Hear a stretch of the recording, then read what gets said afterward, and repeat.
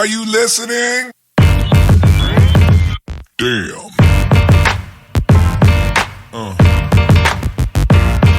Yeah. Yeah. Yeah.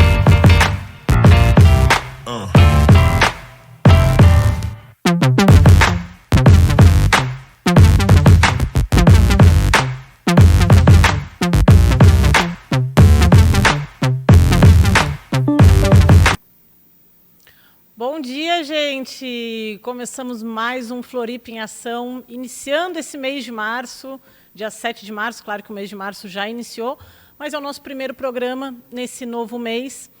Agradeço a todos vocês que nos acompanham, quem não consegue nos ver ao vivo aqui na Primer TV, pode nos assistir depois no YouTube, Floripa em Ação, ou pela própria Primer TV. E estamos aqui hoje, 7 de março, vamos com tudo nesse novo mês. Amanhã é um dia especial, dia 8 de março. Vocês lembram que dia é, dia 8 de março? O Dia Internacional da Mulher. Homenageiem as mulheres que convivem com vocês, mães, filhas, colegas de trabalho. E eu estava até vendo o Dia Internacional da Mulher. É uma data não comercial, que nem as outras datas que... Dia dos Namorados, Dia dos Pais, Dia das Mães. O Dia Internacional da Mulher ele já é bem antigo, né? Surgiu no século XX, foi uma homenagem. Além da homenagem dos direitos que as mulheres foram conquistando, também houve um incêndio lá nos Estados Unidos, no século passado, onde morreram muitas mulheres, mais de 100 mulheres, numa fábrica de tecido, e a partir daí a ONU começou com essa data do Dia Internacional da Mulher. E depois, né, com a conquista dos direitos, só foi aumentando a popularidade dessa data tão importante. Falando nisso, na semana passada a gente teve uma convidada que falou sobre o feminino, que não é necessariamente sobre a mulher, mas sobre a polaridade feminina, dessa importância nas relações. E hoje a gente vai ter mais uma vez assuntos sobre saúde mental. Como eu sempre digo aqui, eu adoro essa temática. Vamos ter mais... Bom, eu não gosto de anunciar antes o convidado, mas hoje eu já vou falar antes, né? Que é um psicanalista, que é uma abordagem, um método que eu particularmente adoro, já estudei também. Na semana passada também, a moça que estava aqui, a Suelen, também é psicanalista. Então, eu sou suspeita para falar, né, como psicóloga, mas o tema da saúde mental é um dos temas mais relevantes, porque cuidar do nosso emocional, a nossa saúde mental, ela é a base, eu ia dizer para mim, mas eu acho que para todos ela é a base de tudo. A gente sempre fala, saúde física realmente é o mais importante, né, para a gente poder levar a vida. Mas é a partir da saúde mental que reverbera em todos os outros setores da nossa vida, né? Uma saúde mental, digamos que plena, é difícil, mas bem elaborada, bem resolvida, ela reflete até mesmo na saúde física. A gente sabe que tem a psicossomática, as somatizações das doenças, né? Tudo que não é elaborado no nosso mental, a gente acaba passando por nosso corpo. Então, o nosso emocional, ele reverbera na saúde física, no nosso trabalho, no nosso financeiro. Eu tenho uma mentoria que fala sobre essa questão do financeiro, ele também tem a ver com a nossa questão emocional, é tudo uma sistêmica, né, dentro do nosso corpo, na nossa vida. Então, reverbera nos relacionamentos pessoais, obviamente, relacionamento amoroso. Então, assim, gente, saúde mental é a base de tudo. Eu lembro que, antigamente, as pessoas tinham até vergonha de dizer eu estou fazendo terapia, eu estou fazendo... Que era coisa de maluco, diziam, né? Está fazendo terapia, algum problema deve ter. Não. Hoje é orgulho dizer que faço terapia, né? Que fizemos terapia, porque, enfim, né, a pessoa está ali, além do autoconhecimento, é elaboração, e não precisa ter nenhum transtorno, digamos, né, não precisa ter nada, é a vida, né? Todos nós temos um sofrimento psíquico que é inerente ao ser humano, todo mundo tem angústia, tem vazio, então todo mundo precisa de terapia. Então hoje vai ser um assunto super bacana aqui com o nosso convidado, que já já eu vou anunciar ele. Fora isso, falando do mês de março também, temos o aniversário de Florianópolis, dia 23 de março. Vai ocorrer uma maratona cultural bem bacana, do dia 22 de março até o dia 24 de março. Se vocês entrarem no site da NSC, ali aparece direitinho, tem vários shows bacanas, tem show da Pitty, Ai, agora eu não lembro, gente. Tem mais uma moça famosa, eu acho que eu tenho aqui. E são vários dias de maratona em lugares não sei, agora eu não tenho aqui anotado, mas enfim, são vários espetáculos, né, e shows e eventos de empreendedorismo do dia 22 ao dia 24 de março, totalmente gratuito. Começa lá no Baía Sul, depois vai para a Agronômica e vários outros lugares da cidade. Também tem um evento bem bacana que eu estava vendo, que vai ser show também, dia 9 de março, deixa eu achar aqui, dia 9 de março, sábado, no saguão da UFSC, vai ter um espetáculo do Zé Cabaleiro, Chico César, né, MPB, para quem gosta, vai ser bem bacana também, já está vendendo os ingressos, e vão ter 100 ingressos gratuitos para os estudantes da UFSC, então quem se antecipar vai conseguir assistir esse show gratuito. Então, vamos lá. Hoje temos também o nosso Debatendo Direito com o nosso amigo Marcos Krugel, né? Depois, no terceiro bloco, ele vai estar aqui com uma nova temática que eu ainda não sei, mas todas são de extrema relevância, né? A gente viu sobre a questão da internação compulsória, que está essa polêmica, a gente viu sobre a questão dos trânsitos. Então, assim, é muito importante a gente saber dos nossos direitos, ainda mais quando trata dessa questão penal, que não é só o fato ali que ocorre, sim o histórico que vem antes, né, que os advogados, o pessoal do direito tem toda essa visão, né, não é a ponta do iceberg, sim tudo que acontece. Então é muito bacana. O direito também é uma área que eu gosto bastante, que eu pouco entendo, mas estou aqui para conhecer mais com o nosso colega que vem em terceiro bloco. Então é isso, gente. E um detalhe super importante, que é tanta coisa que eu já havia esquecendo, um dos mais importantes, né? Como vocês já viram, hoje eu estou aqui sozinha, o nosso colega, amigo, irmão meu, né? O Valério, ele está com um probleminha de saúde. Rezem por ele, gente. Não, estou brincando, não é nada exagerado. Mas mandem boas vibrações para ele, porque ele está uns 6 dias bem ruim. O Valério, eu já vi ele mal, mas mesmo assim, mesmo ele estando mal de saúde, ele sempre compareceu aos compromissos dele de trabalho. Aqui o Floripa em Ação, teve vezes que ele assim, Carol, amanhã eu não vou. Chega na última hora, ele aparece. Ele é uma pessoa muito forte, muito comprometida, mas realmente o estado dele está bem complicado, tá, gente? Nada grave, mas emanem boas energias para que logo, logo ele vai estar de volta. Um beijo, Valério, melhoras e cuida dessa saúde.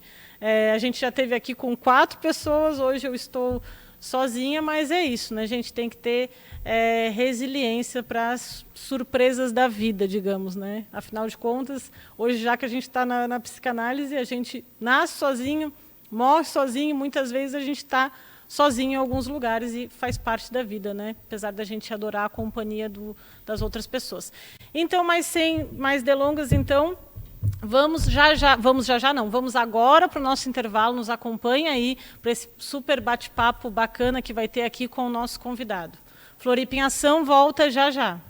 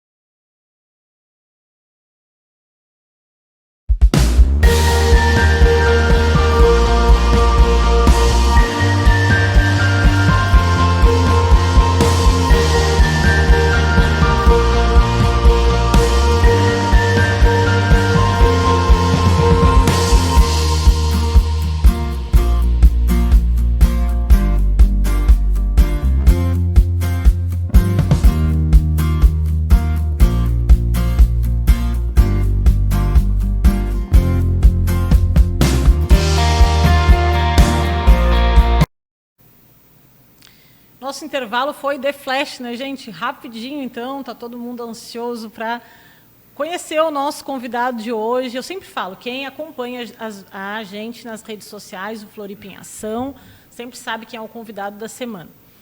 E quem não consegue acompanhar, assiste aqui a gente, enfim, né, consegue já preparar. E eu sempre falo, pode mandar perguntas ali ao vivo. Quem comanda isso geralmente é o Valério. Eu não tenho aqui o número do nosso WhatsApp, não sei se conseguem colocar ali na tela.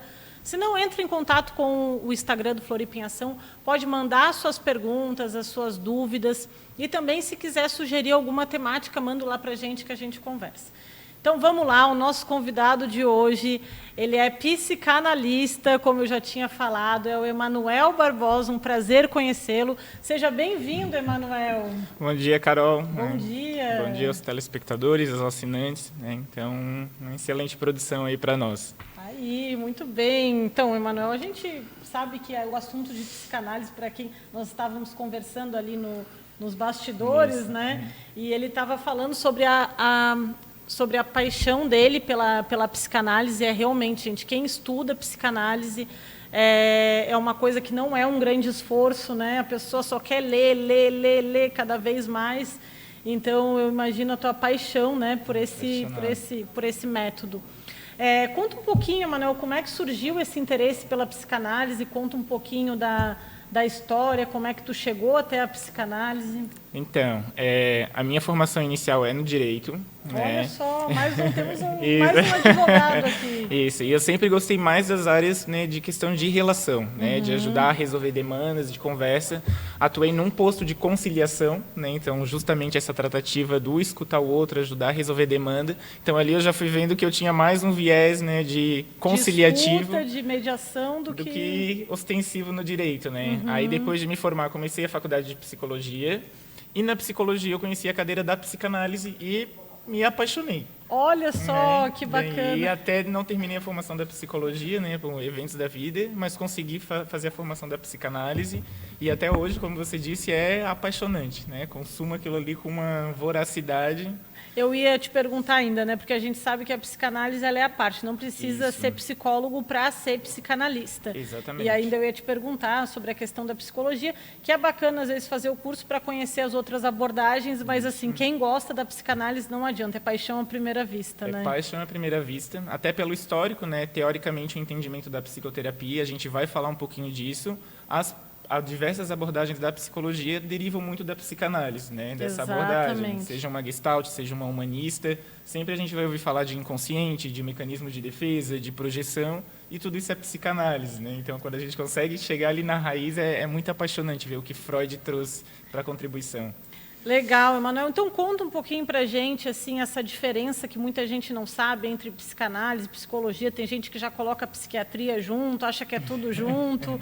E aí a gente fica um pouco confuso, porque a gente sabe que a psicanálise ela entra como uma teoria dentro da psicologia na faculdade, mas, na verdade, ela surgiu antes da psicologia. Exatamente. Então, conta para a gente um pouquinho da diferença, assim, resumidamente, dessas abordagens. Como é que é? Bacana, né? Acho que uma das melhores formas de a gente fazer essa diferenciação é entender a base das duas teorias, né? Então, a psicologia, a psicoterapia, ela tem uma função fisiológica, ela entende o corpo, os hormônios, o desenvolvimento, o sistema nervoso, as afecções, né, doenças nervosas que têm a ver com a fisiologia, e ela é mentalista. Então, ela sempre vai estar lidando com essa questão da mente, de como a mente está reagindo ao cotidiano, às influências, às pessoas. A psicoterapia, então, ela é uma abordagem, uma terapia da consciência. O sujeito vai lá, vai sentar e vai reclamar que o casamento está ruim, que o emprego não está bom, que ele vai ser escutado, vai ser instruído a tentar resolver essas demandas que ele não está acostumado. A psicanálise, então, ela já tem um outro viés. Ela é fisiológica também, entende o desenvolvimento, o corpo, o hormônio, a biologia, mas ela é filosófica, ao invés de mentalista. Então, ela vai dar uma abordagem de como que a sociedade, a cultura, a fala, como a vivência e a experiência humana influencia na criação do sujeito. Então, ela é uma escuta do inconsciente. As duas terapias são diferentes, né? É muito comum as pessoas acharem, né, quando vem de uma abordagem para outra, estranhar. Né? É muito comum, eu tenho bastante analisandos que vieram da psicoterapia, eles vêm para uma sessão, falam 10 minutos, eles param, ficam olhando para mim e dizem, você não vai dizer nada? Exatamente, fica esperando a resposta. Exatamente, né? Eles querem uma resposta para aquela dor, para aquela demanda, e não que o nosso papel como analista não seja escutar e ajudar isso. Né? Mas, geralmente, a pessoa chega numa demanda, num problema, por motivos inconscientes. E esse inconsciente, essa dor, essa parte negativa, ruim de nós, a gente tende a esconder. ela aparece em outros comportamentos, que são os comportamentos do inconsciente. É o sonho, é o esquecimento, é a troca do nome, é o ato falho, opa, não quis fazer isso, deixei cair, derrubei na hora que falaram tal coisa. Essas são escutas mais difíceis de aparecer. É o que a pessoa esconde, né? Ela não quer revelar. Então, a análise ele tem esse processo de ser uma escuta da análise da pessoa. Não que a demanda que ela traga não seja importante, mas, geralmente, o que é importante, o que fez ela adoecer, ela tem que esconder com bastante veracidade, né? Exatamente. Digamos que essa diferença, né, também trabalhar o inconsciente, né, como tu estava falando ali, do falar, associação livre, falar sem restrições, falar tudo que vier à cabeça, né? Então, muita gente tem um certo, não é preconceito, mas como se a psicanálise fosse um pouco estigmatizada, porque a pessoa ela já chega com um mecanismo de defesa, né? Sim. Eu não vou falar, por exemplo, se eu chego numa terapia, aqui que a psicóloga vai pensar de mim, isso daqui eu não vou conseguir falar, não quero falar. E na psicanálise tem que jogar tudo, assim, Sim. né? Como se fosse... Claro, a psicologia em si é sem julgamento, mas a psicanálise mais ainda, né? Essa Mais questão ainda. moral tem que ficar... Muito de fora, né? É até bacana você trazer isso, Carol, porque, por exemplo, um ponto que é muito salientado na psicanálise, que é importante na vida do sujeito, por exemplo, que é a sexualidade. Que existe um pudor na fala, no desejo, na fantasia, o sujeito reprime coisas que ele vivencia de uma experiência sexual, e o sexual na psicanálise é importante salientar que também vai para o afetivo. Né, se usa sexual, mas não é o ato sexual em si estrito, por mais que também possa passar por isso. Tem a ver a questão do afeto, da relação, da atração. Né? Então, a pessoa ela tem essas experiências e que muitas vezes ela tem vergonha de trazer isso mesmo para o analista. É uma vergonha social. É complicado para um homem que tem uma construção, né, religiosa, cultural, de que precisa ser macho, hétero, forte, falar que ele teve um sonho homossexual com um amigo, por exemplo. Exatamente. Como que ele traz isso para análise? É uma coisa que vai o angustiar, é uma coisa que confronta, como a gente fala, o inconsciente, ele está tentando falar algo que o sujeito conscientemente reprime, mas como que ele vai conseguir falar isso para um outro homem, para uma mulher? Como vai se colocar nessa posição de vulnerabilidade? Acredito que a conversa da semana passada deve ter passado por esse ato exato. da feminilidade, da vulnerabilidade. Como que ele vai conseguir trazer isso? Então, a psicanálise, para ela realmente ser efetiva e ajudar o sujeito a entender o que faz ele sofrer, ela precisa extrair tudo do sujeito. Então, a gente precisa mesmo ir, preciso saber do sonho, preciso saber como que está a vida sexual, está reprimida, não está, tem desejo, não tem. Libido faz parte da vida e diz muito de como está a vida do sujeito. Libido na psicanálise não é só libido sexual, é vontade, é vida, é disposição. Isso afeta também a vida afetiva. Não tem como não dizer, e Freud já diz, né? Se a gente ama, a gente sofre, se a gente não ama, a gente adoece. A gente adoece, né? Exatamente. A psicanálise ela é sem repressão. É como ontem eu ainda fiz um post, psicanálise não é para qualquer um, né? A pessoa tem que estar preparada e é como se fosse nu para a psicanálise, né? Porque tu tem que tirar toda a tua armadura, toda a tua defesa, os teus mecanismos de defesa. E tu trouxe um exemplo ótimo, né? Como é que tu vai trazer às vezes, né, pessoas mais reprimidas ou mais moralistas, trazer um sonho homossexual. Só que aí que está, né, a raiz de muitos sintomas que aparecem no dia a dia, de transtornos, de questões ali que a pessoa está em sofrimento, ela vem de fatores que são recalcados, que são guardados no inconsciente, que foi que tu trouxe, né, que a psicanálise vai investigar esse inconsciente, e a pessoa não consegue trazer, e não quer trazer, né, de uma terapia comum. Sim, é porque a gente considera, né, e é isso que a psicanálise, que Freud traz muito fortemente, do que foi o desenvolvimento da criança, o que é o desenvolvimento infantil, em que em determinado momento da vida dela, ela começa a ser influenciada pela criação que ela teve dos pais, ou das suas figuras de apoio, ela é influenciada pela sua religião, pela religião que os pais pregam naquela criança, a cultura machista, por exemplo. Então, tudo isso vai formar o sujeito, e que, independente dessas formações externas, ele é um sujeito à parte, né? E isso é um mistério que nem a psicanálise explica. Cada um nasce com uma essência, uma predisposição. Agora, você imagina um homem que nasce, por exemplo, numa religião islâmica, que é bem tradicionalista, bem patriarcal, bem machista, e em determinados momentos, já desde a sua infância, ele já começa a apresentar comportamentos homossexuais. Uma criança que não sabe ainda o que é. E aí já começa a ser reprimido. Já começa a ser reprimido, já começa a apanhar, já começa a ser tolhido. Que sujeito vai se tornar? É uma pessoa que vai viver alegre, liberta, que consegue expressar suas emoções, seus desejos, ou vai trazer essa repressão? E eu peguei um exemplo bem drástico para a gente conseguir assentar. Mas tem muita coisa cotidiana. Muita coisa né? para a criança. Pode ser um tapa dado em um filho pode reverberar muito diferente do que em outro. E isso vai fazer muita influência depois lá na sua vida, como que é criar os seus filhos, o que que é agressão, como que eles sentiu. Então, isso que a psicanálise tem tão de lindo, que é escutar a demanda de cada sujeito, que nunca é igual. Nunca dá para dizer que os irmãos foram criados da mesma forma, mas são sujeitos diferentes. Diferentes, né? Aí que entra a singularidade do sujeito, né? Por exemplo, somos gêmeos, vivemos as mesmas coisas, mas eu vou ver de um jeito, tu vai ver de outro. Eu vi até um post teu ali que tinha um número 6, né? Eu vejo 6 daqui, tu vê um 9 daí, né? Então, às vezes as pessoas querem trazer uma coisa muito generalista. Então, se passou por isso, é isso, né? Vamos dizer, o médico, dor no estômago é esse remédio. Né? E a psicanálise não. A psicanálise vai tratar cada um do jeito que a pessoa se sente especial, de alguma forma, né? Sim, e isso eu acho bastante interessante também na psicanálise, é que a psicanálise ela não é feita para diagnosticar. Você é bipolar, você é esquizofrênico. A gente vem para escutar a dor daquele sujeito. Se essa dor dele é direcionada por causa de uma estrutura neurótica, se é direcionada porque ele tem uma tendência psicótica, aí é uma outra questão como a gente vai ajudar esse sujeito a se entender. Mas a gente não está ali para enquadrá-lo de que se você tomar esse remédio, tiver esse comportamento, você vai controlar a sua dor e a sua angústia. Não vai. Porque independente dessa condição psicológica, é um sujeito que ama, que sofre, que tem dores, que tem relações, mesmo um esquizofrênico sofre isso também. Mesmo que se acometiam da loucura que faz parte desse processo, não quer dizer que não tinham essas relações afetivas, ou não tinham dores, ou não queriam ser escutados. Então, a psicanálise, e justamente bate com aquilo que você falou, Carol, ela é esse espaço que ele é aberto para o sujeito falar o que ele precisa falar. Seja uma dor, seja uma fantasia, seja um desejo, seja uma projeção, para ele entender de onde que vem isso. É meu, não é, dos meus pais, é da sociedade, é da cultura. Eu quero realizar isso eu não quero realizar porque não é meu. E a gente não está ali para dizer, você é menos louco, você é mais louco, você está errado de trair, você está errado de largar o seu emprego, você não está errado de querer, né, uma mãe querer ter um tempo longe do filho. Não, a gente está aqui para escutar o que está causando a sua angústia e ajudar você a elaborar isso. A psicanálise nunca visa buscar uma cura. Ela visa ajudar o sujeito a lidar com o seu sofrimento. Tem que lidar com aquilo que já está, não é uma transformação, tem uma ressignificação. E é muito um eco, né? Porque a psicanálise tem a questão do divã e da pessoa falar, tem um analista ali que é uma figura super importante, tem a questão da transferência, né?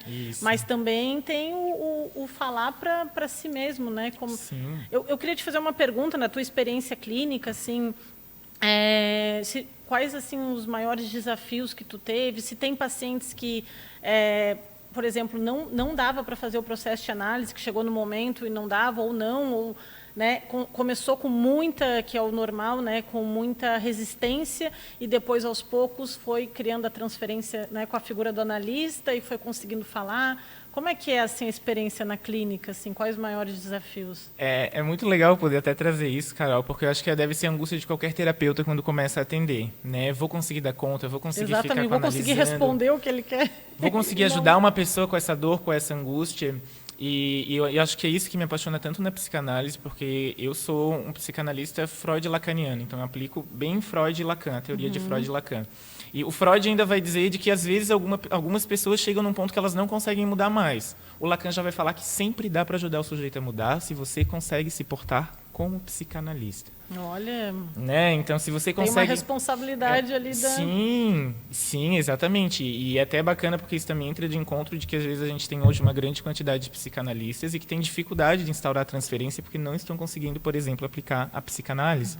Isso é muito legal porque bate de frente, né? Uma dessas diferenciações entre psicanálise e psicologia, de que as pessoas, às vezes, acham o psicanalista mais frio, que acham que o psicanalista comenta menos, como se fosse menos interessado. Não. O intuito de ter esse comportamento é fazer a pessoa realmente trazer o que ela precisa trazer.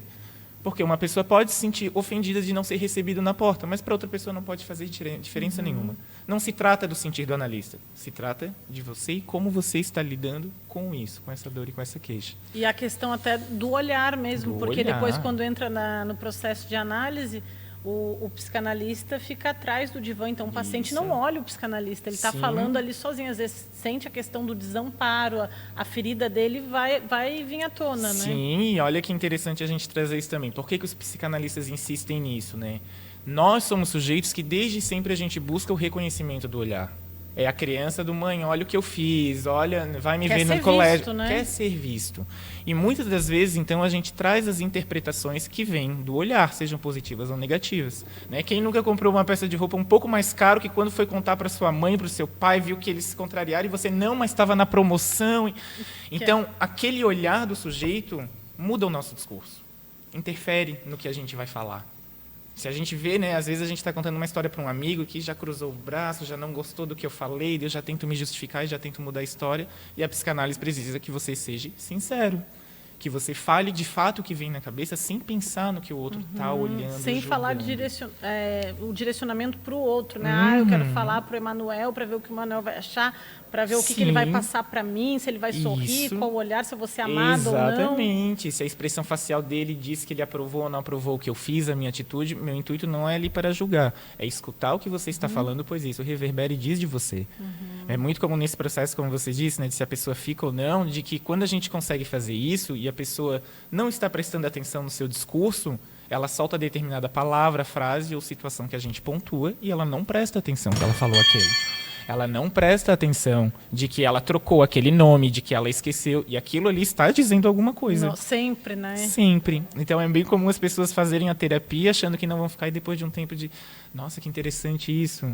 Ou comecei a sonhar, que é algo que acontece quando as pessoas começam a fazer Os análise. sonhos é muito importante, né? Para Muito, psicanálise. muito é a realização de um desejo oculto, mesmo quando ele está convertido. A intenção do sonho ser distorcido é essa, que o sujeito não acesse um fato real.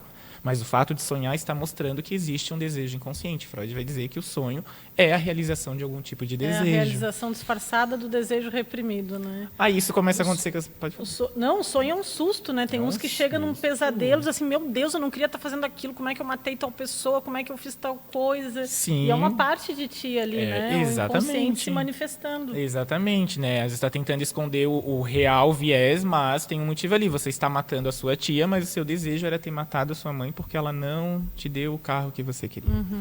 Né? Então, o sonho está distorcendo para que a pessoa não lide com esse fato que ele é traumático para a consciência, mas ainda assim está dizendo alguma coisa. Então, as pessoas vêm tentando, eu sonhei que eu estava casando com a minha avó. É um absurdo, eu jamais casaria com a minha avó. Mas a sua avó tem um nome parecido da esposa do seu melhor amigo que você tem uma atração sexual. Exatamente, está tudo ali, só uma análise mesmo para poder compreender, né, a questão dos sonhos, de tudo mais. E a outra questão, eu lembro, Emanuel, que na época da faculdade, quando chegou, acho que era na 4ª fase, que começou a entrar a psicanálise, a turma se dividiu. Eram os da TCC, da cognitiva comportamental, os da sistêmica, os da psicanálise. Os da psicanálise eram os loucos, né? Porque veio muito a questão da sexualidade, Sim. que é a libido, né? Que não é o Isso. sexo em si, o perverso polimorfo ali, da questão da Isso. criança, e principalmente do inconsciente, de saber que a gente não é essa coisa maravilhosa, que a gente tem Sim. desejos e coisas assim bem obscuras dentro da gente, Sim. né? É difícil de aceitar isso. Sim, e isso é outras das coisas que me deixa a psicanálise maravilhado, que me apaixona na psicanálise, é de mostrar para o sujeito de que muitas dessas coisas não são anormais, por mais que a sociedade ou a cultura diga e fala. Né? Freud, por exemplo, vai fazer uma grande distinção do que é o fetichismo. De que todo sujeito, e é normal e saudável em determinado aspecto, o sujeito que tem um quê de fetiche. O problema é quando isso sai da vida sexual e se torna um prazer exclusivo. Por exemplo, o frotteirismo. As pessoas, né, que vão para Conta metrôs. pra gente o que é isso. O que seriam os fetiches? Assim? Os fetiches, né, são as realizações, geralmente, de desejos que têm a ver com influências que a criança teve na infância. Os desejos sexuais. Os desejos sexuais. Então, eles aparecem no sexo, né, como uma conversão desses desejos. Né? Então, são coisas que o sujeito pensa estranho, é o fetiche pelo pé, é o fetiche pela roupa de couro, é o fetiche por apanhar, é o fetiche por... Mas nada foge de algo realmente agressivo e tudo tem uma finalidade de excitação sexual. Agora, o problema se torna quando a finalidade não é chegar no sexo. É aquele homem que vai para a rua e se exibe. Exibe os seus órgãos sexuais para qualquer pessoa. Né? Ele não quer um ato sexual com uma pessoa, o prazer dele está naquele ato. A pessoa que vai para o ônibus e se esfrega até ter a ejaculação, ela não está procurando um parceiro para acasalar, que é, teoricamente, o viés do sexo. Ele está procurando isso para ter prazer sem o outro. Então, aqui a gente já tem um fetiche enquanto uma perversão. Já está violando ali, né? Já está violando. Mas se é porque você gosta de ser amarrado, de vela quente, de um tapa, de... Né, tá tudo bem, tá né? tudo Entre bem. 4 paredes, ou se for para um lugar onde é permitido, isso, né? Freud vai falar, pronto, tá tudo certo. certo, isso faz parte do sujeito, né? Da tua fantasia. Da sua fantasia. Todo sujeito vivencia isso, e é muito legal trazer isso de Freud, porque ele é tido muito como um machista. Primeiro, a gente tem que considerar 1895, quando Freud vivencia, e é onde ele, né, Gente, tem ele as era suas um homem influências. muito atual para o tempo Muito dele, atual. né? Até hoje. Até hoje é Freud que vai dizer de que o homossexual é um desejo natural, normal. Inclusive, muitos homens héteros têm, muitas mulheres têm. O Freud tem uma frase que todos somos bissexuais, né? Todos. É um pouco chocante, né, para quem às vezes está vendo, mas ele já trazia isso, né? Sim. Que na verdade todos somos bissexuais. Todos. Aí, conforme a sociedade, toda a questão, a gente vai Exatamente. naturalizando ali para. Exatamente, como a gente falou, ele chega um determinado momento que a sociedade e a cultura começam a influenciar e a cortar, mas até então a criança ela distribui amor para o pai, para a mãe, para os amigos, para as amigas, para figuras masculinas e femininas de formas igualitárias. E se ele não tiver uma repressão social, cultural dos pais, pode ser que ele se desenvolva, né, para uma tendência mais hétero, pode ser para uma tendência homossexual ou para uma tendência bissexual, e é isso que Freud vai falar. Naturalmente, todos os sujeitos não. Todos os sujeitos têm fantasias homossexuais. Não quer dizer que você é uma pessoa de uma estrutura homossexual, mas o Freud vai dizer isso faz parte da Constituição. fazer, mas faz parte, Da né? Constituição do E sujeito. muitas pessoas entram em paranoia. Como assim? Eu estou desejando? Será que eu sou? O que, que acontece? Então, por isso que é tão importante fazer a análise, né? Sim. A análise é, nossa, ela vai lá na raiz do problema. Ela é fantástico, assim, né? Não dá Isso. vontade de parar de ler, enfim. E aí tem aquele texto do Freud, do Mal-Estar da Civilização, que aí começa a trazer essa questão de que a gente não é tão livre assim, né? Que temos uma sociedade que nos reprime muito. Então, Sim. né, trabalhar com isso, com o nosso desejo, com a questão da repressão, é uma coisa assim um pouco complicada, né? Né, porque a gente vai lidar com cada um desses sujeitos e que vai fazer toda a diferença essas influências que ele teve na sua criação. A né? infância, ela é Primordial. infância, pai e mãe, é para o resto da vida, né? Primordial, faz toda a diferença, e as psicologias de hoje, inclusive, o desenvolvimento da criança, que é uma abordagem relativamente nova, né? Esse cuidado que se tem com a criança hoje em dia, justamente denota isso, de que as experiências da primeira infância, até o fechamento da primeira infância, é essencial para como essa criança vai continuar a se desenvolver. Seja o processo da sua autoestima, seja o processo da afirmação da sua estrutura psicológica, tudo isso vai interferir conforme as relações que ela teve nos seus primeiros anos de vida. Então, tem se tornado cada vez mais preocupante o cuidado que se tem com as crianças já desde a gestação, claro, mas até esse fechamento da primeira infância. Exatamente, isso é fundamental, né? E eu já tive pacientes também que falou, claro, que dessas fases anteriores não tem como lembrar, mas na hora de falar um pouco da infância, isso aí já passou, não, quero ver daqui para frente. Sim. Não tem por que falar de passado, né? Tem uma Sim. resistência, né, com a Sim. questão do passado. Sim. E deixa eu te perguntar, Manuel, hoje em dia está meio que na moda, digamos, né? Narcisismo é uma expressão que a gente ouve muito falar, TDAH. O que tu assim se depara mais? O que tu acha disso? Já que na psicanálise, como tu falou, ninguém gosta de rotular, né? Os Isso. psicanalistas não rotulam, é a singularidade do sujeito. Então, o que está tão assim, digamos, a questão do narcisismo mesmo, tão vulgar assim, está aparecendo em todos os lugares, todo mundo é narcisista, né? Isso. O que está acontecendo com o termo, né? Que tem todo o mito lá, né? A Isso. história do narcisismo na psicanálise, e aí, a partir daí, veio esse monte de falas, assim, né? Sim. Que ficou tão comum. A gente chega bem nessa ponta final, nessa possibilidade final do narcisismo, que é de um sujeito que pode ter ficado arrogante, que ele pode... Mas as pessoas não entendem de onde que vem esse processo. Por que existe a mitologia do Narciso? Né? O que o Narciso, né, para a gente entender um pouquinho, o Narciso ele é aquele que era tão belo que ele rechaçava todos os laços. É uma mitologia da mitologia grega. Da mitologia grega, né? Freud volta bastante na mitologia para tentar explicar o comportamento humano. E o Narciso ele era tão belo que ele recusava todos os laços, todas as pessoas, e ele foi amaldiçoado a definhar perante a sua própria imagem.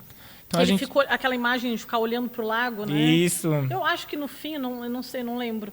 Mas ele estava tão apaixonado pela imagem dele que ele caiu no lago e morreu afogado em busca da própria imagem. Da né? própria imagem, que é uma imagem falsa. Né? A imagem do lago é uma imagem que ela não tem uma estrutura. Né? Então, esse termo traz, né, e o Freud vai estudar, que ele vai explicar que todo sujeito passa em uma fase pelo narcisismo. Toda criança, quem tem filho, quem tem irmão, quem tem contato com criança, percebe que nessa fase dos 4, 5, 6 anos de idade, eles vão nos proteger de todo mal, eles conseguem correr mais rápido, eles têm esse sentimento narcísico de que eles são todos poderosos. Isso é normal, faz parte da estrutura da criança. A criança com essa idade. Sim, com essa idade. E é importante isso, para a criança desenvolver uma autoconfiança. Ela Sim, tem que saber que ela pode. Com ela mesma, né? Saiu ali a questão de que a criança no início acha que, enfim, tem a relação com a mãe, né? A amamentação, a mãe além de proteção é o alimento, tal. Isso. E aí ela vê tudo como um só. Exatamente. E depois aquele corpinho se separa. Não, tem a mãe, tem o seio, né? O leite, ela começa a ter essa consciência de que ela é um corpo separado. Isso, aí nesse processo de separar o corpo da mãe, ela ainda acha que a mãe e todo mundo serve ela. Porque é o que acontece com a criança. Ela é alimentada, ela é carregada no colo, brincam com ela. O Freud fala Sua Majestade o bebê, Exatamente. Né? E a criança vive nisso por muito tempo. O que acontece, então, é que daí vem uns grandes contribuições de Freud, é que ele explica que todo o sujeito, em algum momento, então, toda criança, em algum momento, ela é castrada. Aí vem a tal da castração para acabar com tudo, né? Você não pode tudo, você não vai ter seus desejos realizados a todo tempo, você tem que esperar, Então, nós somos sujeitos que aprendemos a esperar. Nós Muito somos triste, sujeitos. isso é uma grande ferida, né? Nossa. Acaba com a pessoa ali, tanto que a partir daí vem várias... A falta. A própria falta mesmo nasce a partir daí. A gente passa uma vida buscando essa falta de novo, seja no dinheiro, seja no status, seja numa relação. No outro, no né? outro. Eu quero preencher esse vazio que um dia eu fui plena, eu tive tudo, e aí cadê? Exatamente. Mas quando o pai e a mãe não fazem esse corte na criança, quando eles não começam a explicar para a criança que o mundo não vai servi-la o tempo inteiro, que ela precisa esperar, aí só traço... Só para explicar, né, que a gente, os dois psicanalistas, o corte seria o limite, o né? Limite, dizer isso assim, mesmo. Não é tudo para ti, né? Exatamente. A mamãe tem o papai, né, os dois Isso. ficam sozinhos, às vezes eu não vou estar aqui. Perfeito, enfim. Carol, bem explicado, bem pontuado, né? Como isso, às vezes a gente aqui na troca acaba indo a gente direto, fica muito né? na psicanálise. Mas a gente vê que alguns pais às vezes não fazem isso. Um desautoriza o outro, a criança percebe que ela tem esse poder, ou então realmente não dá os limites, aquela criança que apronta na escola e o pai não castiga, né? Ou não passa disciplina. A mão na cabeça, ainda acusa os professores. Aí sim a gente tem essa ponta do iceberg que todo mundo fala, o sujeito é narcisista. Então ele é um processo que não é simplesmente porque a pessoa hoje tomou uma atitude egoísta, porque ela está pensando nela, porque que daí as pessoas banalizaram, né? Fizeram essa banalização da palavra, de que você não faz o que eu faço, você está preocupado com você é narcisista. Mas tem um ponto aqui que ele é saudável, ele é essencial na personalidade do sujeito. Exatamente, quem não tem isso, né? A gente vê a baixa autoestima. Exatamente, a dependência emocional. A dependência emocional, por mais que você veja a pessoa com a tal da beleza física, que tantas pessoas procuram numa relação, com dinheiro, com status, pessoas que não têm a sua autoestima, pessoas que estão sempre em busca de uma outra realização, de uma outra falta. Então não tem nada a ver com o físico, tem a ver com o seu narcisismo. Tudo na medida, no limite. Na medida certa, mas realmente o termo banalizou, principalmente nas relações amorosas, né? O que tu tá vendo, o que tu acha da questão das relações amorosas hoje em dia? Por que está tão difícil se relacionar, né? A gente até falou isso na semana passada, mas do teu ponto de vista, né? Tem essa questão um pouco do narcisismo, digamos, do egoísmo, cada um pensar em si, é um pouco de medo, de receio, né? De ser machucado pelo outro, de ser abandonado, de ser traído, né? Tem a ver com o histórico passado. O que é hoje em dia que está... Todo mundo reclama das relações. E elas acabam muito rápido, né? Não é que nem antigamente, 50 anos de casado. Sim, e acho que são dois pontos que aparecem principalmente, né, Carol, nessa questão da relação e que tem feito as pessoas terem mais essa questão da problemática. Um, que é para tudo na vida, comunicação.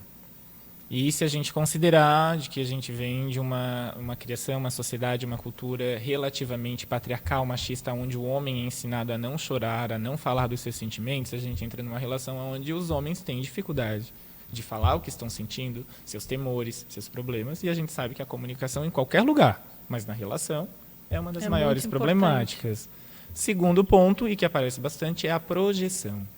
O outro tem que ser isso que eu idealizo. A gente estava falando isso agora. A criança, o ideal do eu, exatamente. A criança, ela tem isso de que eu acho que eu preciso disso para me preencher. Esse tipo de pessoa, que faça esse tipo de coisa. Então, a gente idealiza as pessoas conforme a gente acha que elas vão ser melhor para a gente. E gradualmente... É tudo a gente com a gente mesmo. Sempre. Achando que vai ser daquele o outro. jeito. Sempre Aí achando quando que é o outro começa a se mostrar, não era aquilo que eu estava pensando. Isso, você não é mais o mesmo. É, exatamente. Né, a gente... Mas no início tem um pouco de resistência, dificuldade de mostrar quem realmente é. Sim. Quando começa-se uma relação. Sim, porque por trás de todo sujeito, o sujeito busca um relacionamento. A gente tem essa questão da carência, a gente tem essa questão da troca afetiva, então a gente quer o outro. A pessoa que faz, né, esses comportamentos complicados numa relação, muitas das vezes ela repete frequentemente nas suas relações. E aí tem essa outra questão, a importância de fazer análise. Repetição, né? Da Bem repetição. importante. Então ela sabe que daqui a pouco ela vai ter aquele comportamento de novo e que vai estragar a relação. No começo ela vai tentar enfaticamente não fazê-lo. Vai eu segurar, vou mudar. vai reprimir. Isso, eu vou conseguir mudar, eu tenho esse controle ou não. Só que é aquela história. Eu costumo dizer que atualmente as relações elas começam com estágios, né? São 90 dias. Depois de 3 meses é que as pessoas começam a mostrar Nossa, a rotina. bem isso mesmo. Né? Que vai aparecendo aí, Que né? daí a gente vê, são as situações do cotidiano, que daí, né, como a gente fala, os comportamentos inconscientes que a gente tenta esconder da consciência, mas que aparecem no esquecimento, na troca de nome, no ato falho, no deixou de fazer no cotidiano, daí a gente vai começando a ver que, opa, não é tudo aquilo que discursava. Exatamente. E, Emanuel, uma coisa que a gente vê muito também, que seria bacana tu falar, das repetições, né? Por exemplo, a mulher foi traída, ela sempre busca, sem querer, né, inconscientemente, o homem que vai atrair. Sim. Ou o homem que vai abandonar, ou o homem que vai bater, né, nela. Sim. Então, assim, aí diz, poxa, de novo estou vivendo a mesma história, eu só troquei a pessoa e Isso. continuo, né? O que essa pessoa não conseguiu... Ela precisa de análise, né? Obviamente. Mas o que tem aí que ela repete e não consegue se curar desse sintoma, digamos, né? Que pergunta bacana, Carol, né? Tem uma frase do Freud que eu uso bastante até para os analisandos entenderem o processo, que o Freud diz que o que eu não elaboro, eu repito. Então as pessoas elas vêm frequentemente para análise e elas falam o problema, elas falam a solução e elas perguntam para mim, eu não sei o que fazer. Aí eu frequentemente digo, mas você acabou de falar, tá, mas como eu mudo o comportamento? Entendendo da onde ele vem. Então, considerando tudo isso que a gente vem Que é conversando... o olhar para dentro, olhar para Sim, trás, olhar para a pra história, trás. né? Isso que a gente está conversando até agora. A criação que a criança teve, as experiências que ela teve, frequentemente a gente está identificado com os nossos pais, a gente busca na relação comportamentos que a gente está acostumado a receber dos nossos pais ou que a gente viu nossos pais dando para os seus pares de opostos.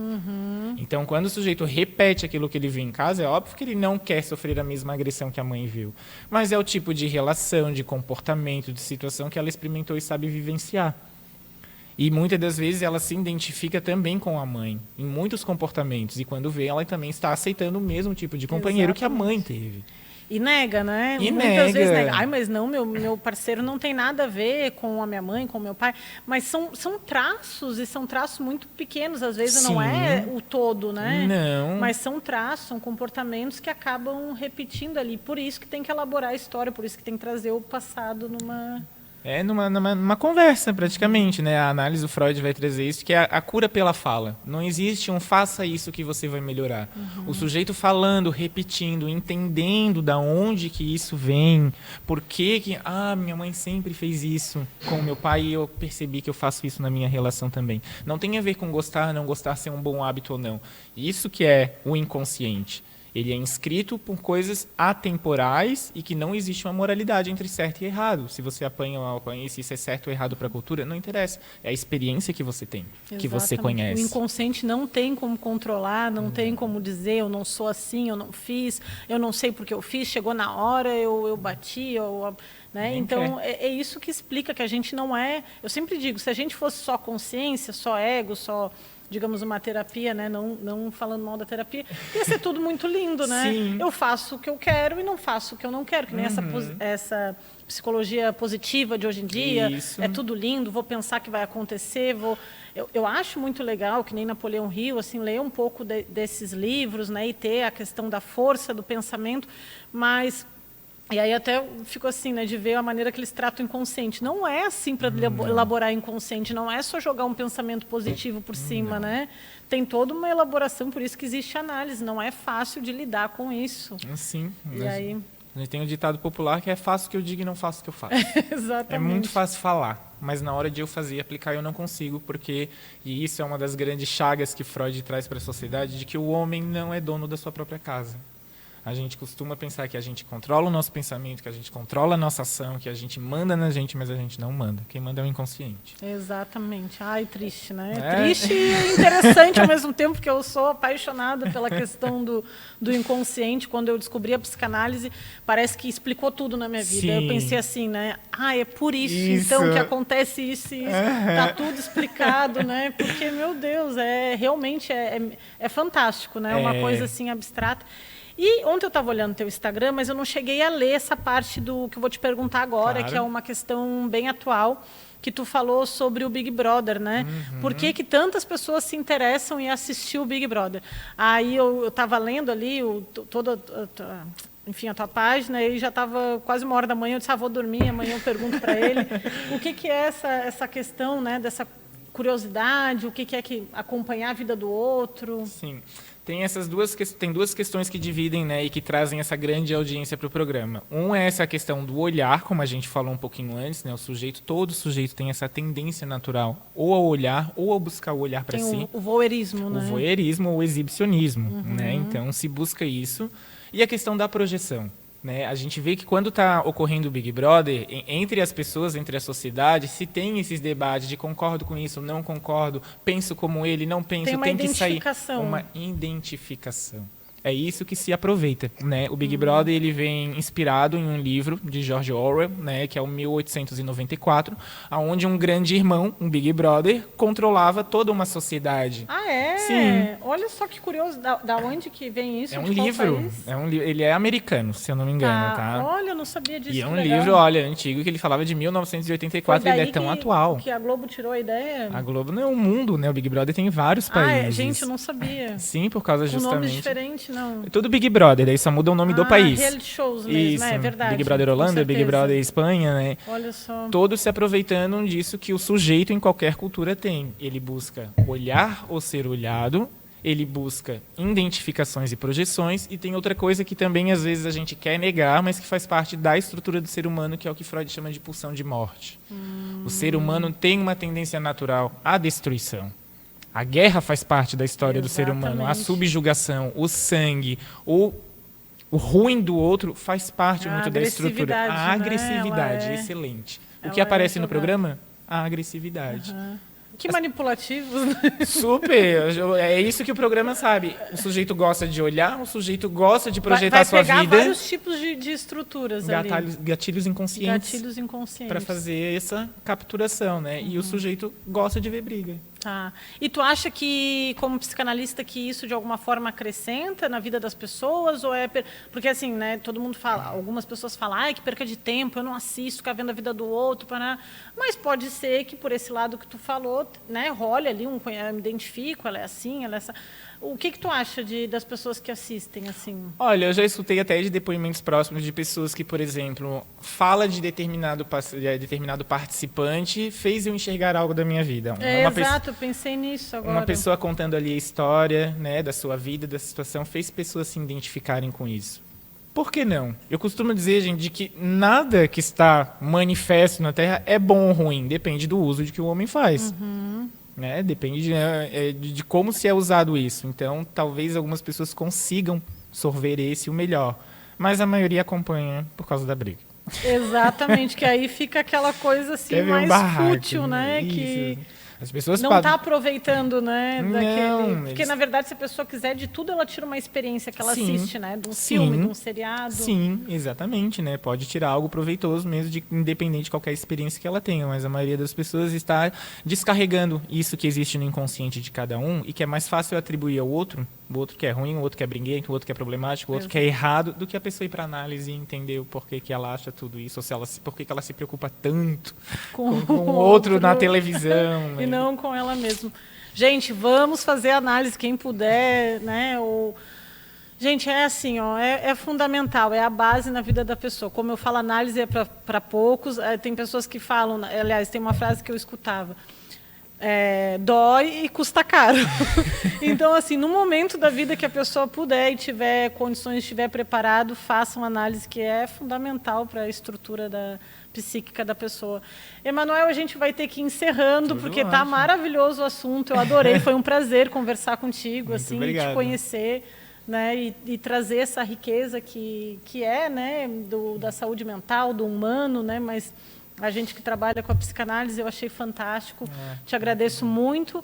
E dá um recadinho lá para o pessoal, fala do teu consultório, o que tu está trabalhando, teu Instagram, enfim. Então, quem quiser acompanhar um pouquinho do meu trabalho, né, pode ser por uma rede social, @psicanalistaemanuel, no Instagram, ou o site também, onde semanalmente eu alimento o blog, sempre com uma ótica de alguma questão Que da legal, eu vi sociedade. ali o site, muito bacana. Aí é www.psicanalistaemanuel.com.br. Faço atendimentos online também e presenciais aqui na região da Grande Florianópolis, né? Atendo aqui em Campinas, né? Bem centralzinho. Né? E qualquer dúvida, né? Pode acompanhar também pelo meu contato, 48 99641 8807. Pode tirar informação, né? Se tiver alguma questão, alguma dúvida, algum esclarecimento, né? Que eu vou É legal que tem os vídeos ali explicando.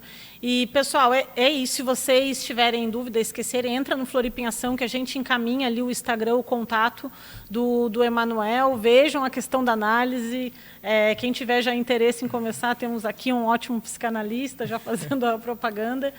E é isso, Emanuel. É isso, não, é muito mais, mas te agradeço demais por estar aqui com a gente.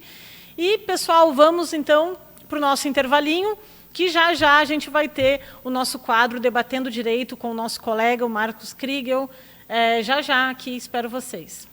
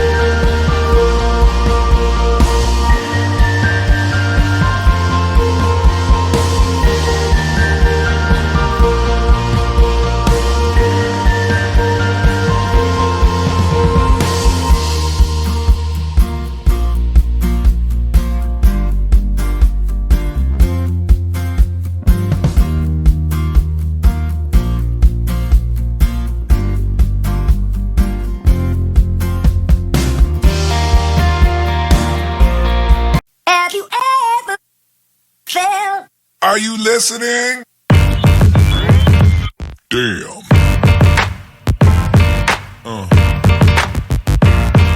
Yeah. Yeah. Yeah.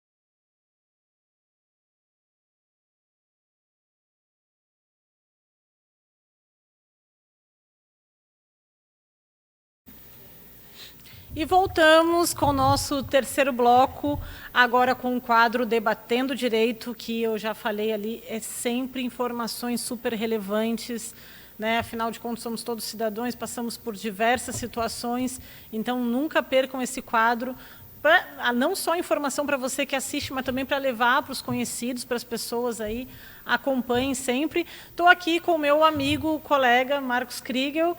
E aí, Marcos, como é que está? Bom dia. Tudo bem, Carol? Bom dia, tô bem, tudo tranquilo. Que bom. Eu estou bem também, tudo certo, Tranquilo. tudo certo. Hoje foi bem, está sendo bem bacana, Tá né, sendo o bem programa.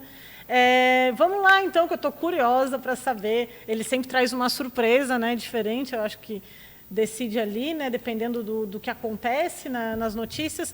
Qual será a nossa temática de hoje no Debatendo Direito?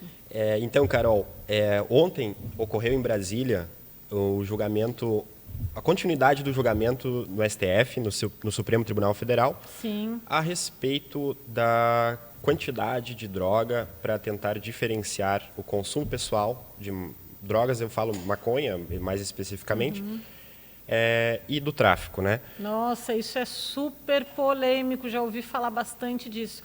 No Sim. caso, quando a pessoa pode ser apreendida por tráfico ou se é de consumo pessoal, né, o uso. Isso, Carol. Então, como tivemos esse julgamento ontem em Brasília, eu pensei, não tem como a gente não falar de maconha hoje no programa, de Vamos drogas. falar de maconha. Então. Eu não vi isso, mas que bacana, não acompanhei. Então, é uma continuidade esse julgamento, porque ele é originário de São Paulo, de um processo que o cidadão foi preso por portar 3 gramas de maconha e ficou preso por algum tempo, que eu realmente não vi quanto. E o STF começou a discutir em 2015, e já faz um tempo, né? E retomou o julgamento agora em 2024. Olha só, depois de todo esse tempo. Sim. A grande questão é o seguinte: há uma diferença colossal entre despenalização e descriminalização. Uma coisa é criminalizar e outra coisa é aplicar pena. Então, mas essa discussão ela gira dentro da lei de drogas, atual lei de drogas, que é a lei 11.343 de 2006. Tá, é desde 2006. Já Esta lei atual é desde 2006. E nesta lei a gente tem o artigo 28, que trata sobre o uso pessoal, consumo pessoal. Ele fala sobre, o artigo 28, quem adquirir, guardar, ter em depósito para consumo pessoal. Ele fala dessa forma. Drogas em desacordo com determinação legal. Só que esse artigo 28, ele tem umas sanções, umas penas, que são a advertência, a prestação de serviço à comunidade e a participação em cursos educativos. Esse artigo 28 é o atual artigo que trata do consumo pessoal de drogas. Lá no parágrafo 1º dessa lei, no parágrafo único, na verdade, no artigo 1º, no parágrafo único, o que é droga? Porque tem que estar escrito. São substâncias capazes de causar dependência. Ocorre também, curiosamente, que a cada tanto tempo as drogas, as questões químicas... Medicamento e álcool não entra aí? Pois é. E então as drogas vão sofrendo alterações. Químicos vão produzindo novas drogas e isso tem que estar sempre sendo atualizado numa portaria daí, sobre essa lei. Sim, para definir o que é droga e o que não é. Mas depois eu falo sobre isso. Então, esse artigo 28, ele trata sobre o consumo pessoal. Ele tem uma pena, digamos, como eu falei, de advertência, prestação de serviço. E aí é lavrado... Prestação de serviço seria quanto? Basicamente, o juiz pode aplicar um pagamento de um salário mínimo. Porque além de prestar o serviço, eles também fazem um pagamento, né? Sim. É escolhido se a pessoa quer prestar um serviço à comunidade, e aí é determinado por quanto tempo. Eu recebo muito beneficiário, mas muito. Recebe, né? Sim. Com muitas horas. Sim. Ou então, se a pessoa diz, eu não tenho condições de pagar serviço, eu pago um salário mínimo, ou 2, aí geralmente é um salário mínimo. Tá. Só uma curiosidade, essa questão da quantidade de droga... a pessoa ser usuário, não. É só a maconha. Se for cocaína, por exemplo, a pessoa está com uma quantidade e diz que é de uso. Como é que fica isso? Ou êxtase, sei lá, qualquer outra droga. Então, Que aí parece que fica mais complicado um sim. pouco, né? Então, eu vou chegar lá. Tá. A grande questão é justamente essa, porque aí o artigo 33, que é, né, 28, esse é o artigo do consumo pessoal, que a gente fala. O artigo 33 é o artigo do tráfico, tráfico de drogas. Só que são 17 verbos. Vender, ter em depósito, remeter, oferecer, plantar. Nossa, tem muita coisa. Plantar também, né? Sim, são 17 verbos, é bem extenso. Eu até teria que dar uma lida aqui para dizer todos, eu posso dizer depois. Mas esse artigo 33, ele coloca o elemento da traficância, a venda, o lucro espúrio de dinheiro fácil. Então a diferença é essa. É você ter a droga em depósito, vender, submeter, fornecer, guardar, e principalmente vender, né? Principalmente vender, que é o que mais ocorre. Ou guardar, armazenar. E esse artigo tem a pena de 5 anos mínima e máxima de 15 anos. Então é bem severo, né? É o artigo do tráfico, tá? A grande diferença... Associação ao tráfico? Não. Não, este é só tráfico. Tá. Associação são outros artigos. Mas o que acontece? O que o STF está julgando agora? A grande diferença é em relação à quantidade de droga, como tu perguntou agora, como que vai aferir, vai balizar isso? É justamente o que eles estão discutindo, porque atualmente a lei de drogas não traz uma diferença por quantidade. Ela não diz se é 1 grama, se é 2 gramas, se é 3 gramas, seja maconha, seja cocaína, seja outra droga. Então, eles estão discutindo para fixar, escrever em lei uma quantidade de droga. Por quê? Porque, atualmente, isso fica a critério da polícia.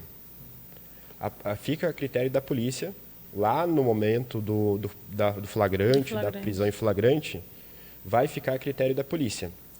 Se aquilo era consumo pessoal ou se era um traficante de drogas. E aí temos alguns problemas. Pois é, como é que a polícia vai... Temos alguns problemas, porque ocorre muito de haver uma seletividade. Infelizmente, em relação à cor de pele, classe social. O contexto onde foi achado. O contexto aonde foi encontrado, foi preso. Então, é muito vago ainda nessa lei. E a polícia ela tem livre-arbítrio sobre isso? Sim. Se ela quer prender o cara que tem, por exemplo, menos quantidade de droga na favela do que o que tem mais quantidade de droga e foi pego na beira-mar, por exemplo. Sim, isso é uma coisa bem recorrente. Claro que tem que analisar cada caso, mas acontece muito isso de acabar tendo essa seletividade, porque é um critério mesmo da polícia. Então, a gente sabe muito bem disso, que quem é negro, pobre, tem um tratamento, e quem é branco e tem mais condições financeiras tem outro. Ou seja, as 3 gramas encontradas com um negro, com um pobre, às vezes são diferentes das 3 gramas encontradas com um rico branco. Exatamente. Infelizmente é assim. E sobre isso não tem nenhuma lei, né, que deveria ter? Não. Então isso está justamente em pauta, nesse momento, para ser quantificado por lei qual a quantidade de droga diferencia um consumo pessoal e um tráfico de drogas. Os ministros estão discutindo, foram feitas propostas de 60 gramas, de 25 gramas, 10 gramas. De maconha? Eles ou tanto faz? Nesse momento porque eles gramas estão... de maconha para cocaína é muito diferente, né? A quantidade. Pois é, isso tudo é uma porque situação... 20 gramas de cocaína para 20 gramas de maconha tem uma diferença muito grande de quantidade. Exato. E tem a questão, por exemplo, é isso daí, só para te perguntar em relação a isso. Interessante a tua pergunta. Por exemplo, eu, com meu advogado, consigo comprovar, eu estou com maconha. Mas eu não estou com maconha só para fumar hoje, eu estou com maconha para fumar há 15 dias. Eu já comprei para fumar há 15 dias. É diferente se eu comprei para fumar em 2 dias, mas também vai depender da quantidade que eu fumo. Se eu disser que eu fumo 20 gramas num dia só e não demora... Entendeu? É tudo muito complexo, né, em relação a isso. É tudo muito complexo e é por isso que esse julgamento, essa discussão... Demorou tanto, né? Está demorando, leva tempo e, nesse momento, ainda o placar está 5-3. E aí o ministro Dias Toffoli pediu vista... 5 para quem? 5 a favor. Entendi. E 3 contra a despenalização do uso para consumo pessoal da maconha e drogas. Eles estão discutindo sobre maconha. Basicamente, é o ponto X, é o ponto em discussão. Mas também creio que vai ser aplicado sobre outras drogas. Eu acho que tem que ser uma de cada vez, né? Só que entra esse problema quantitativo que tu fala. Qual a quantidade para qual droga? Então, isso vai ter que ser revisto e aplicado pelos ministros do Supremo. Então, por isso que demora e é complexo. Mas eles estavam falando sobre maconha, era isso que eu estava dizendo, de 60 gramas, 25 gramas e 10 gramas. Mas isso é uma discussão deles lá, interna, que ainda não chegaram a um consenso. Mas, do momento que eles chegarem a um consenso, penso que eles vão dizer sobre as gramas de maconha, as gramas de cocaína, as gramas de outras drogas.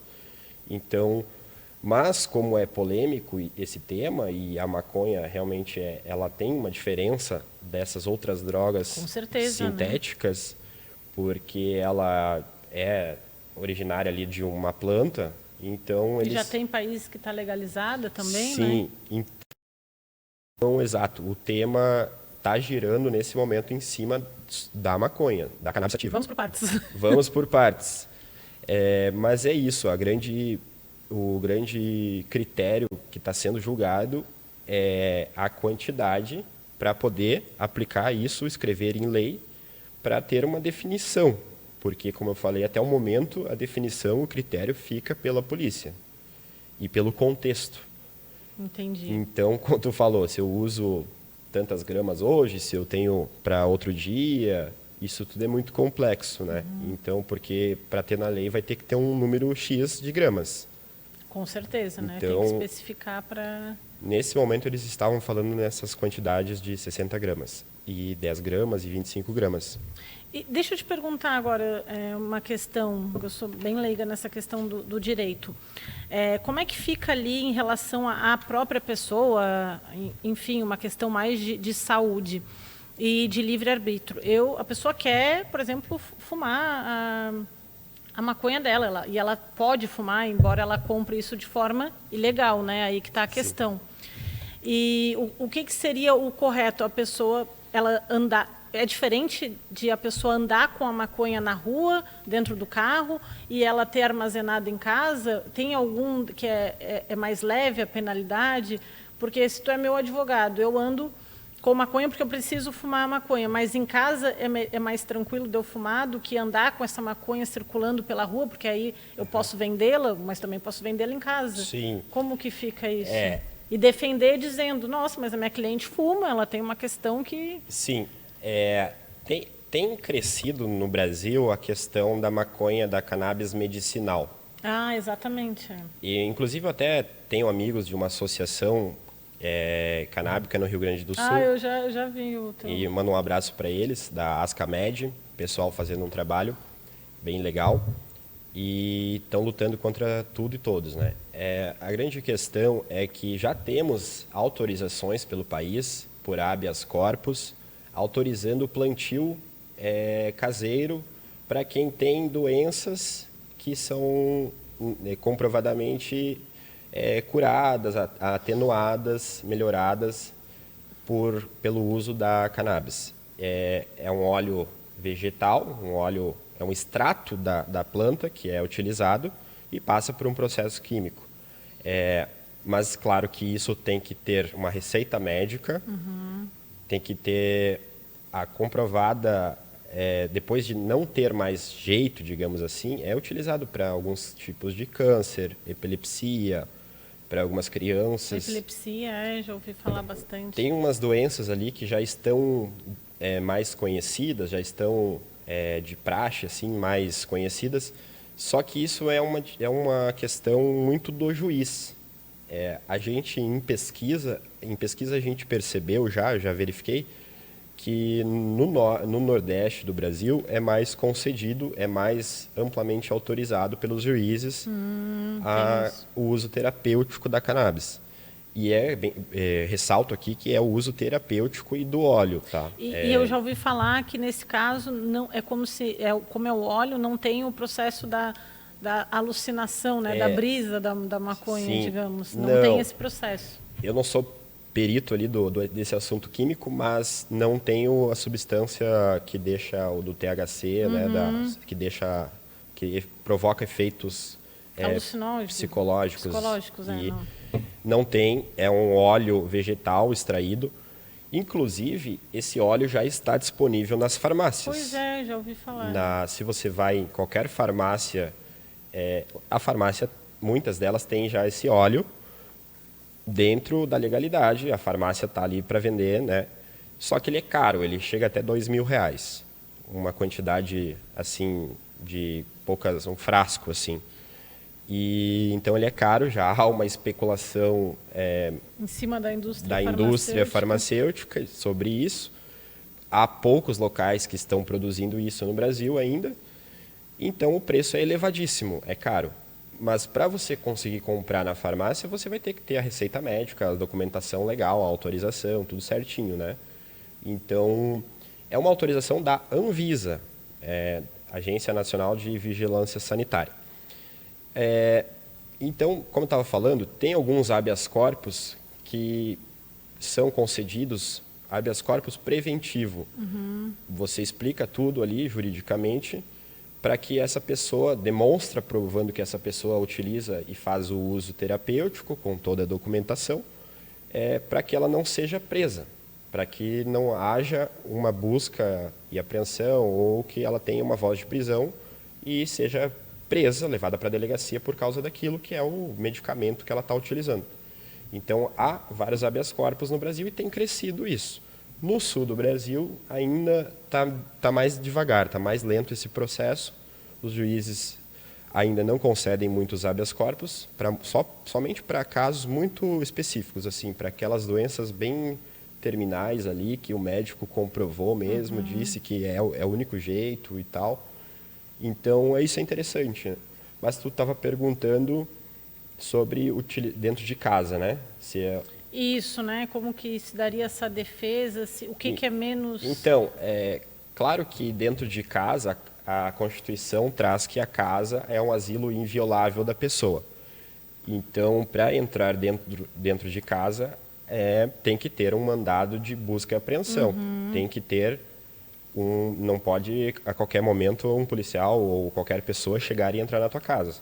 Tem que ter um mandado de busca e apreensão. Entendi. Ou um mandado de prisão, né? Mas não teria uma diferença assim geral para isso. Mas digamos que haja mais quantidade de droga dentro da residência da pessoa, isso pode ser investigado pela polícia, normalmente, e se trazido ao conhecimento do juiz, o juiz pode deferir uma busca e apreensão ou uma prisão. Interessante é que o tráfico de drogas ele é um crime permanente no tempo. Como assim? Porque um flagrante ele tem que estar acontecendo, tem que estar no estado de flagrância, no estado da quentura, da chama. Entregando a droga. Ardendo, exato. E se a pessoa só tiver com a droga no bolso? Tem que estar ardendo, o flagrante é arder, é queimar. Então tem que estar acontecendo o flagrante para ser preso. Então, para violar, poder relativizar o direito à Por isso que eles andam com drone na favela. A invasão do domicílio. Porque senão é difícil, Sim. às vezes, de pegar. Para a invasão do domicílio tem que haver o flagrante.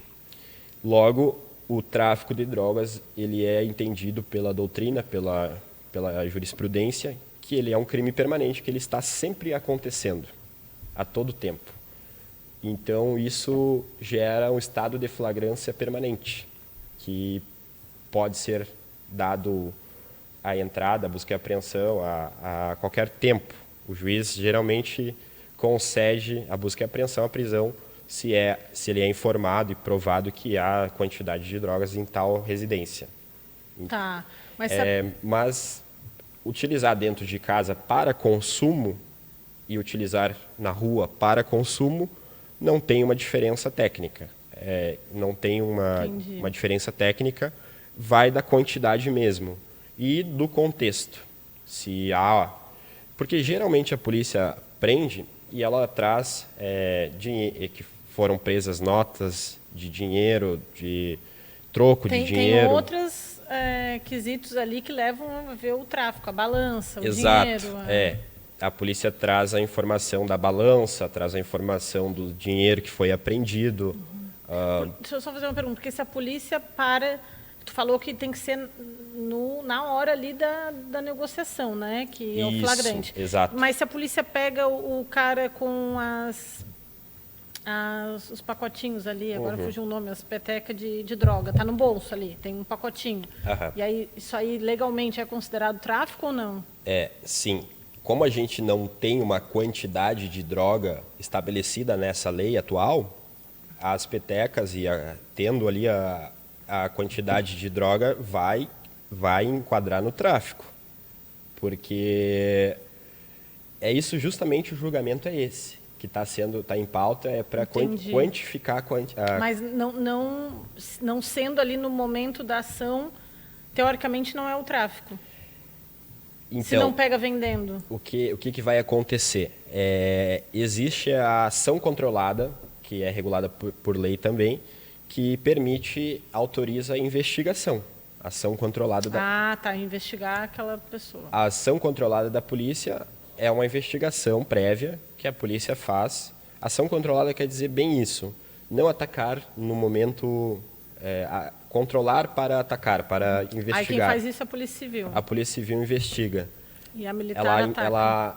Ela investiga e vê qual o melhor momento para ela ir em operação, Perfeito. Para poder pegar ali para no ela praticar momento a operação policial, ir lá e tentar pegar um flagrante.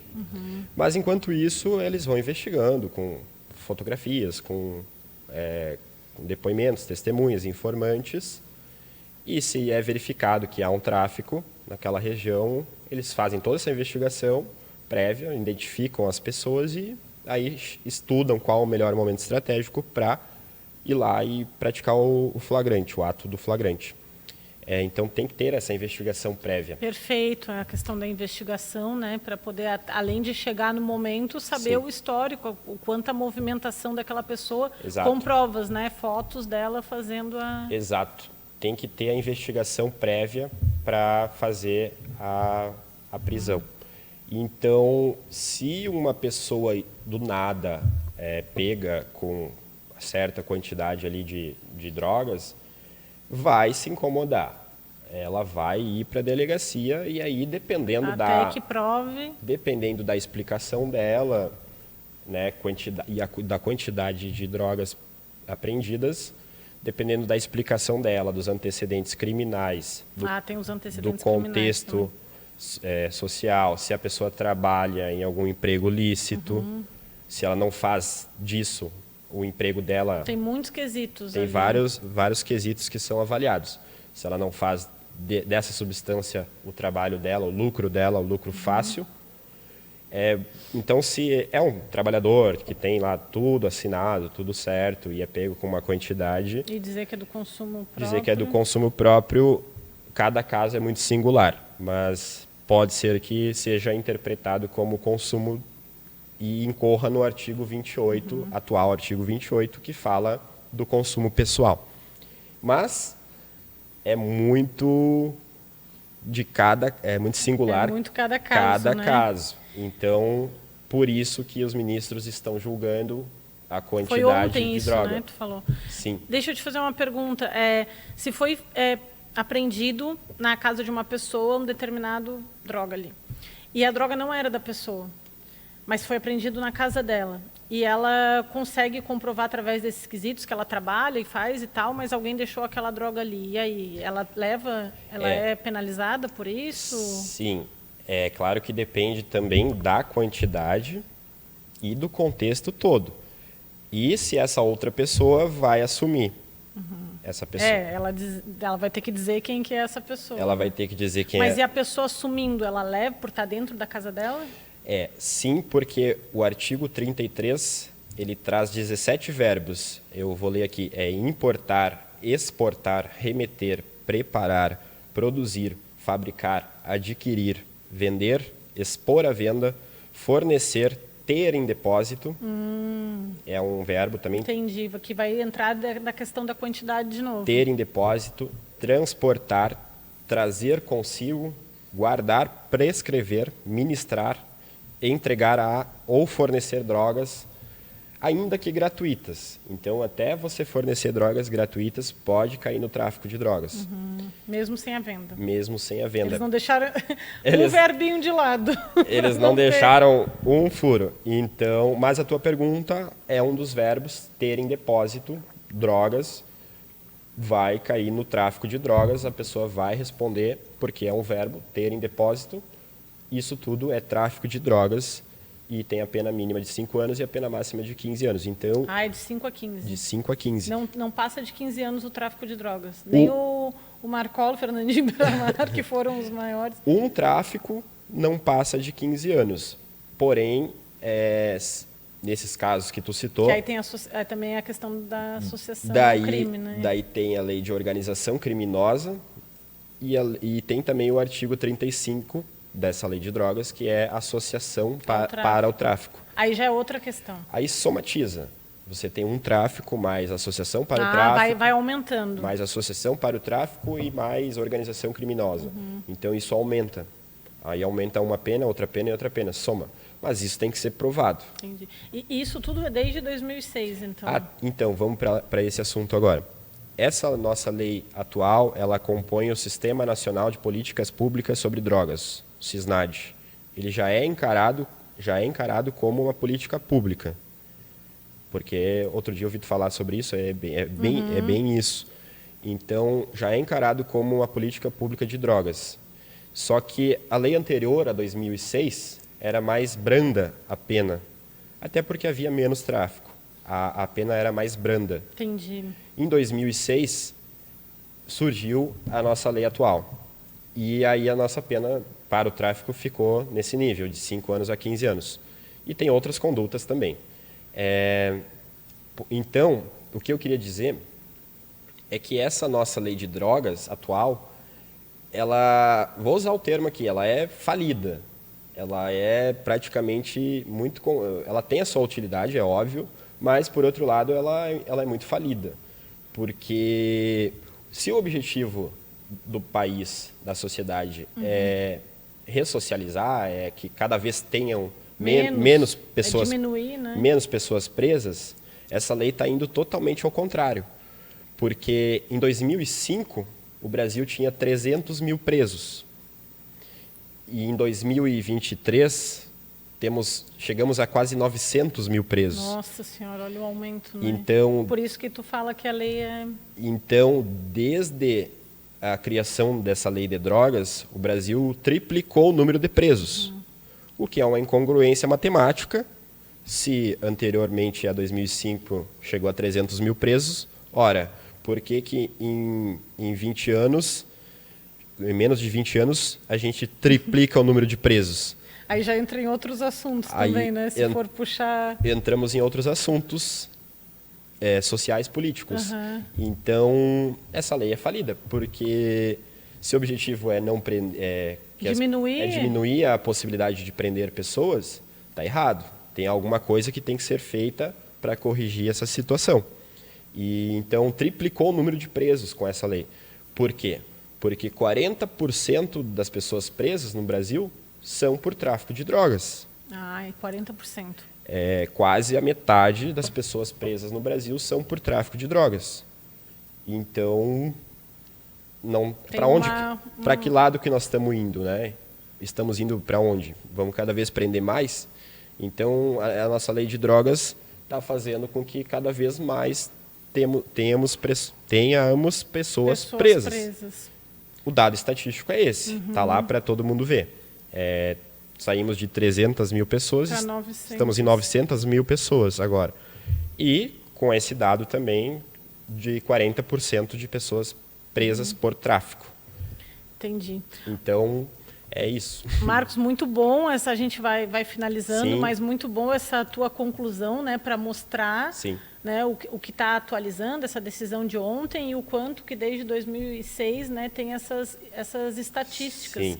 Então, é muito importante. Sim. Marcos, agradeço. Sempre um assunto importante, de alta relevância. Eu adorei a temática de hoje. Agradeço a tua parceria, né, de estar aqui com a gente, trazendo o Debatendo Direito aqui no Floripa em Ação, né? Que é mais um... Sim, Carol. Eu que agradeço e não teve como eu não trazer esse assunto, porque era um assunto Muito em Brasília atual, ontem, né, no de Supremo ontem. Tribunal Federal, que, como eu falei, não está liberando drogas. Esse julgamento não está liberando drogas, está julgando sobre o consumo pessoal. Muito se bom. o consumo pessoal vai ter pena ou não, se vai ser crime ou não, se o consumo pessoal, entende? Qual a quantidade para diferenciar consumo pessoal e tráfico de drogas. É esse Perfeito. o julgamento que está rolando. Perfeito, Marcos. Mais uma vez, muito Beleza. obrigada. Semana que vem estamos aqui de novo no nosso quadro Debatendo Direito. E hoje estamos finalizando mais um Floripa em Ação. Agradeço a audiência, você que está acompanhando ao vivo e você que nos acompanha depois vendo através do YouTube, da Primeira TV ou Floripa em Ação. Aproveite, se inscreva no nosso canal ali. E é isso, gente. Uma ótima quinta-feira para todos. Sexta-feira, chegando o final de semana. Não esqueçam de parabenizar a mulher que mora e que está perto de você. Amanhã é o Dia Internacional da Mulher. E é isso, muito obrigada pela audiência. Quinta-feira que vem estamos aqui na Primeira TV ao vivo, às 9h30 da manhã. Nos acompanhem. E acompanhem ali as nossas redes sociais também. Um beijo, um ótimo dia a todos. Abraço, Valéria. Have you ever felt Are you listening? Damn.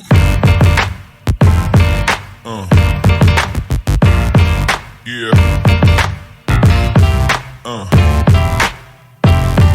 Yeah. Yeah.